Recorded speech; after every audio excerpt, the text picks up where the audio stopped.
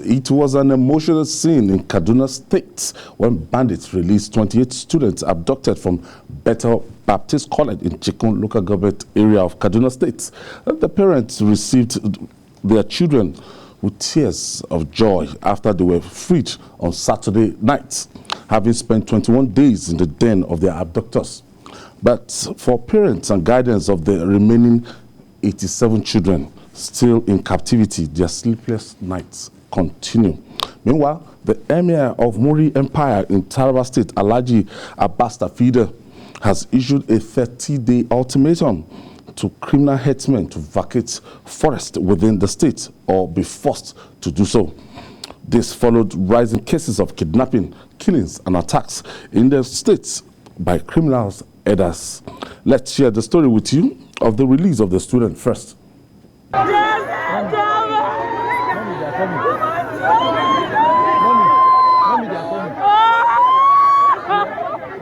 It is a thing of joy because we've been crying about these children, but today at least 28 of them are home. You could see how the parents were celebrating, embracing them. I couldn't also hide my joy in the presence of the children.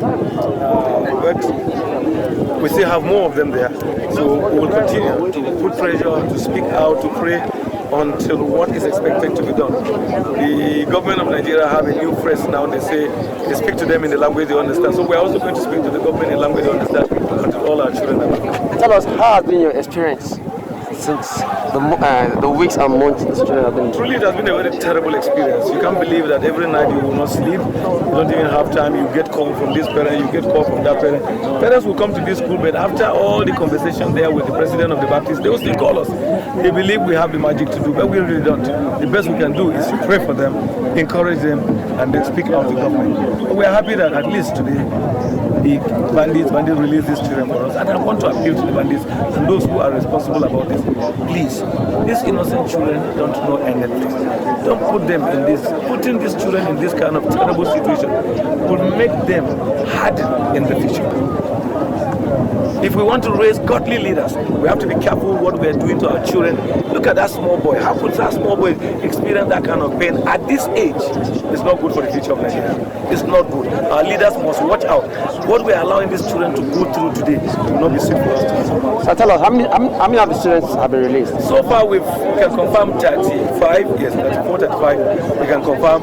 Then around 81, 87, I'm not sure exactly, are still with the bandits. Are you in a position to tell us the ages of these students? Yes, there are children with the age of 10. The highest is 19. I can even send their names and ages and classes to you if you need it. Now we'll continue because the children are not here all back.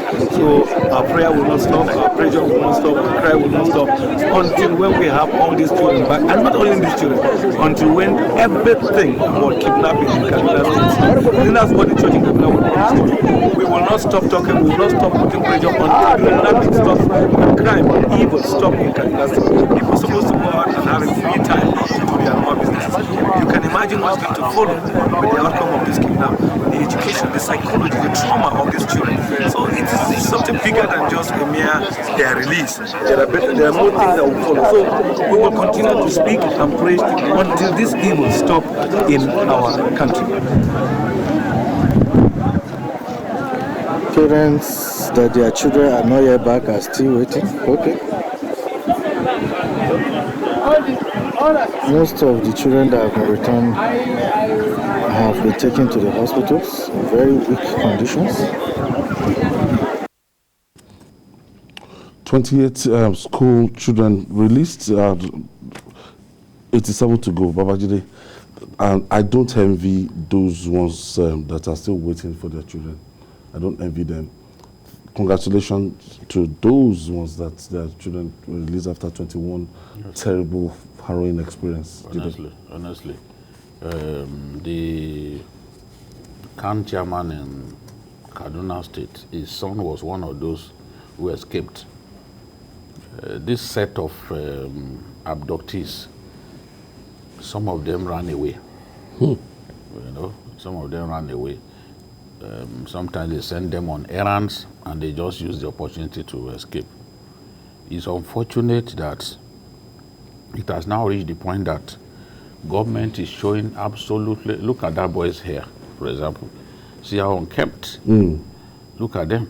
Even if you see your child in this state, in this very, very unwholesome state, you even shed tears because you know that ordinarily, look at his hair. This now collapsed. For some of them, for some of them, their children are not back. So it's enough pains for those ones. That's why they are crying that, oh, when will our own? They must have been looking forward to the receipt of their children. Now to be there and be told that, look, your child is not good for any mother. Yes. No mother will. And they have been extorting money. These are people who are struggling, but they can't leave their children in the den of these guys without doing something about it. So what kind of you come up and say the people should not pay ransom. Who will not pay ransom? Even you that you are making the law. If your child is there and you truly love that child, you will pay. That is the fact. There is nothing. So these guys down there. What is of greater value than human life? A child that you sad by yourself, even an adopted child, you still want to take absolute care of that child. So who is that parent who will simply not be bothered and not want to do whatever it takes to get his child out of captivity? It is not the fault of these children. Look at the way they are looking.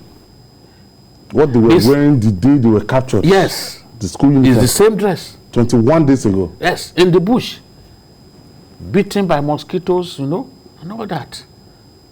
It's now looking like it's a normal thing for people to be kidnapped.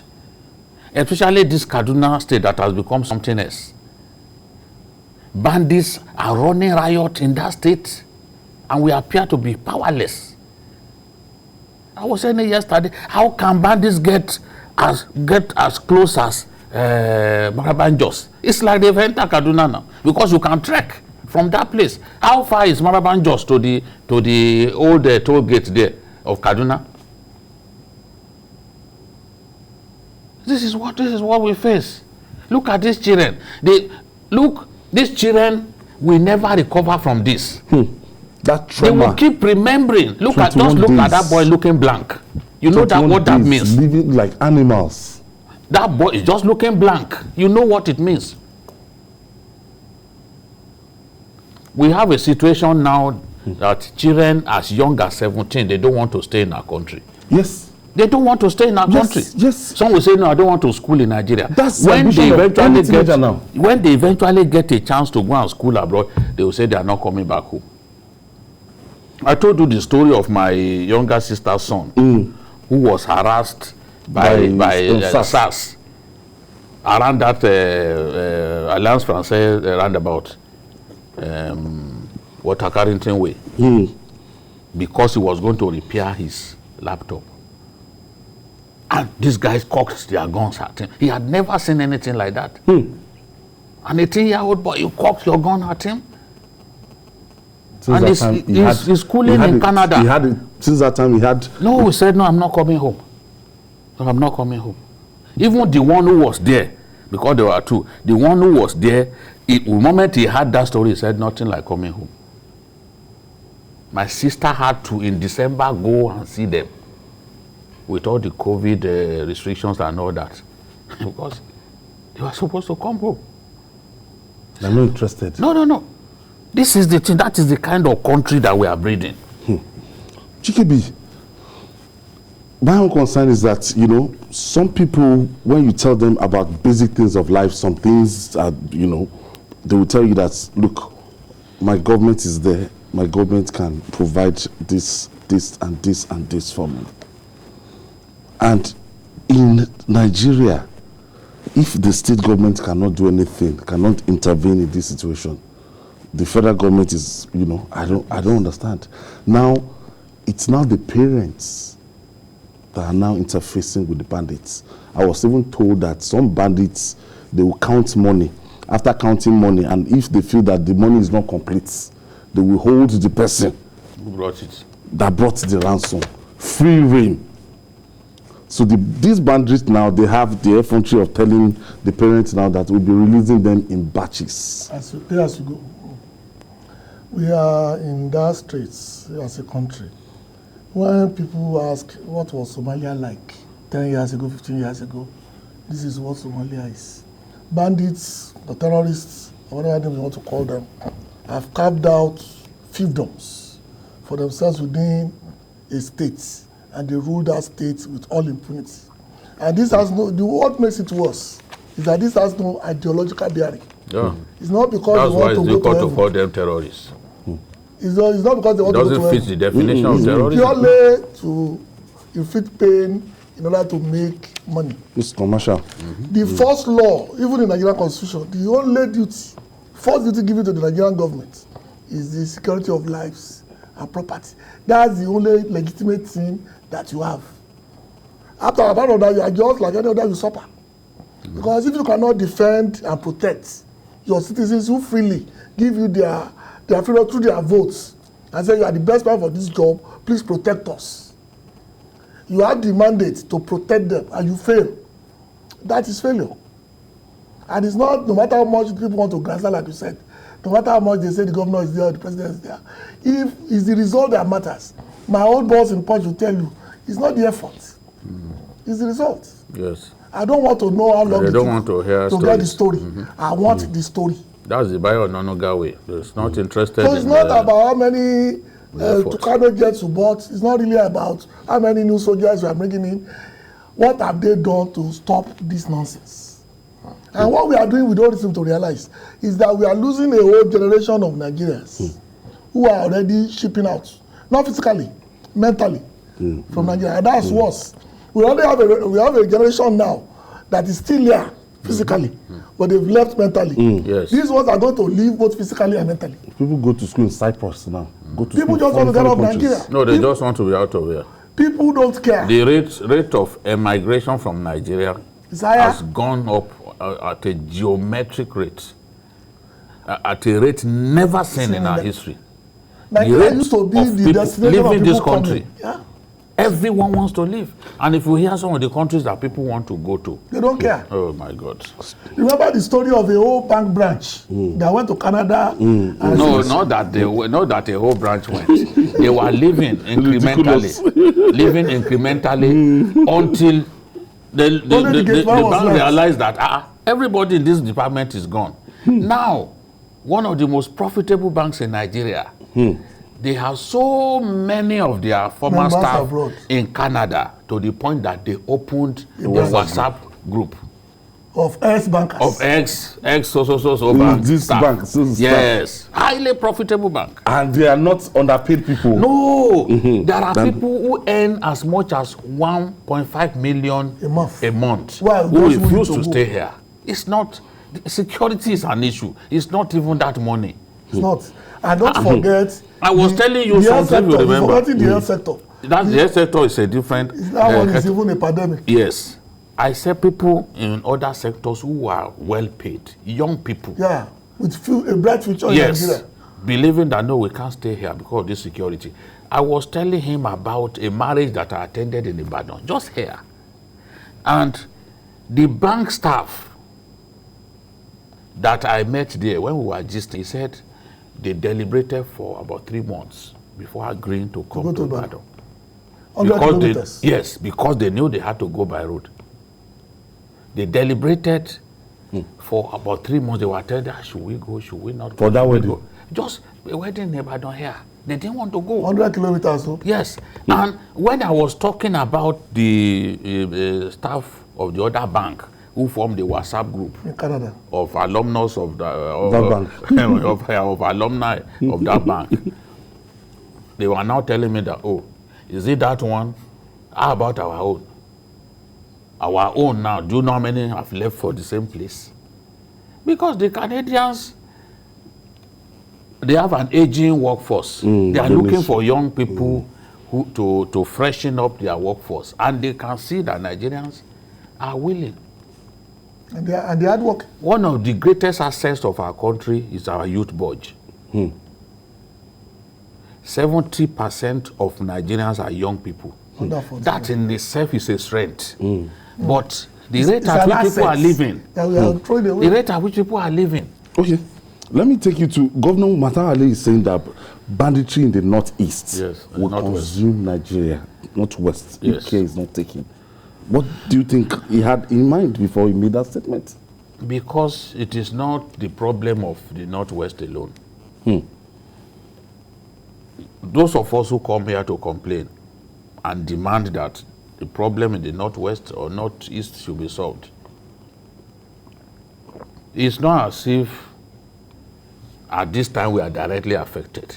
You understand? Even if we are affected, it is in terms of food security, because that is a very, the Northwest is a fantastic agricultural belt of our country.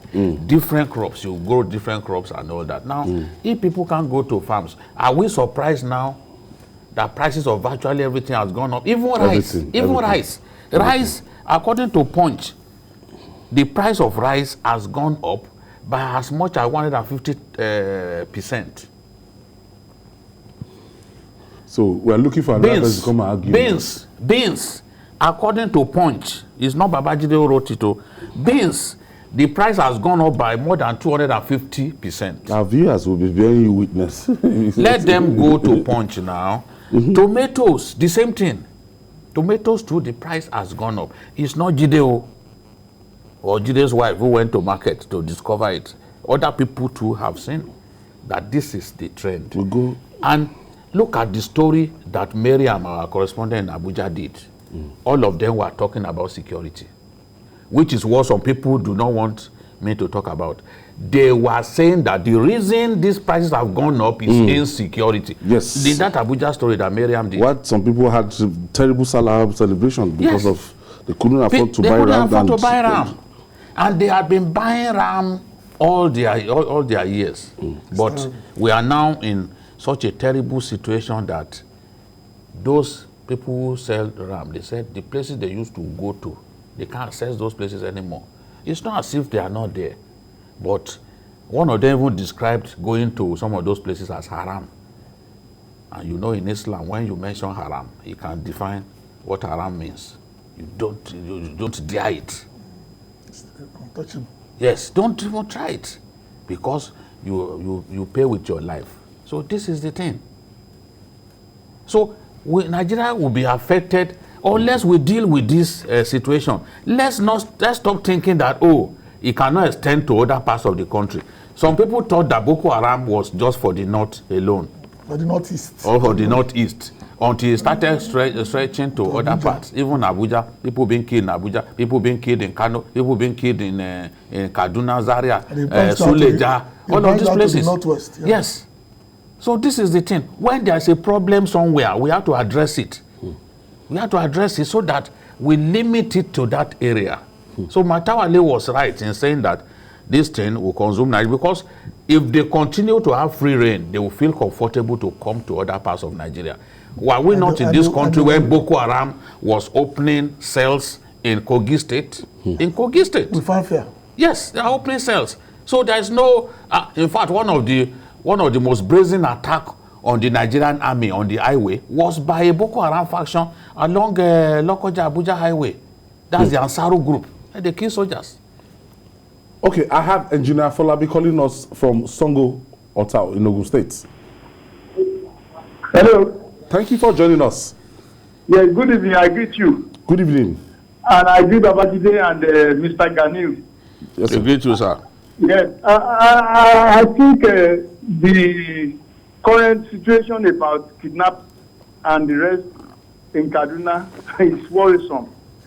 May I request that, please, if you can make it a national issue, that I want the forum of discussion to be included with the Northerners, like Colonel Uman, please be part of you, so that the whole nation will know that this is not a Western issue, it's a national issue.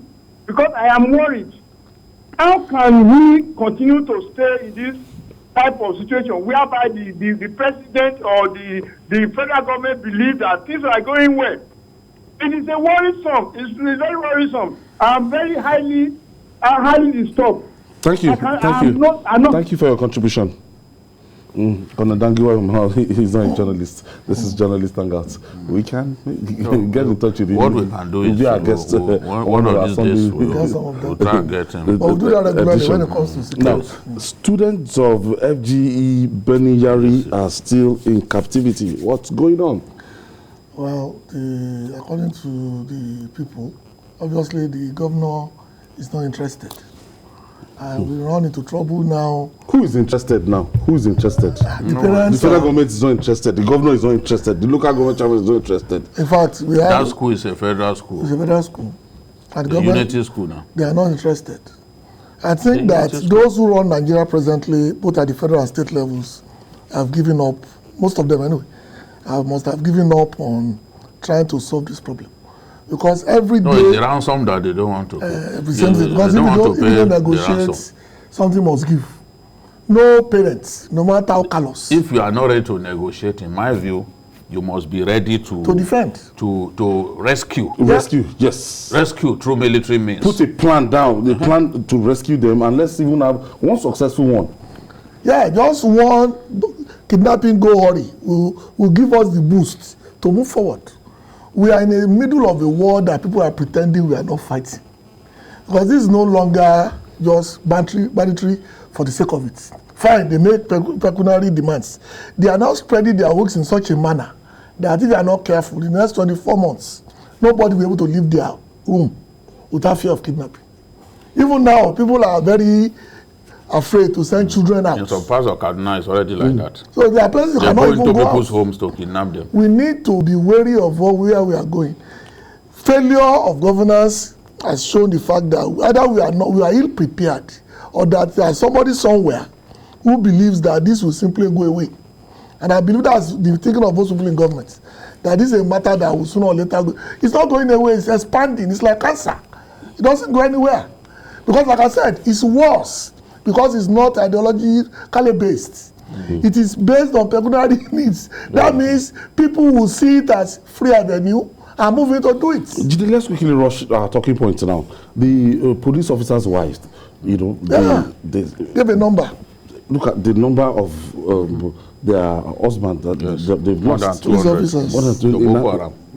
To Boko Haram.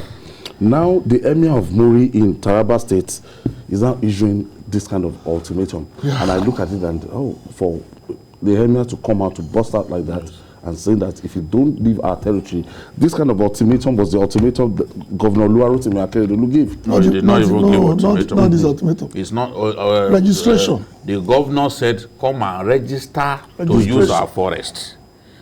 The governor never used the kind of words that this emir has used. Yet we saw the kind of backlash take him on. The governor said, we want to know those who are in our forest. Identify you. Register to graze in our forest. That's what he said. And the Mieti Allah members in the state, they were in that meeting.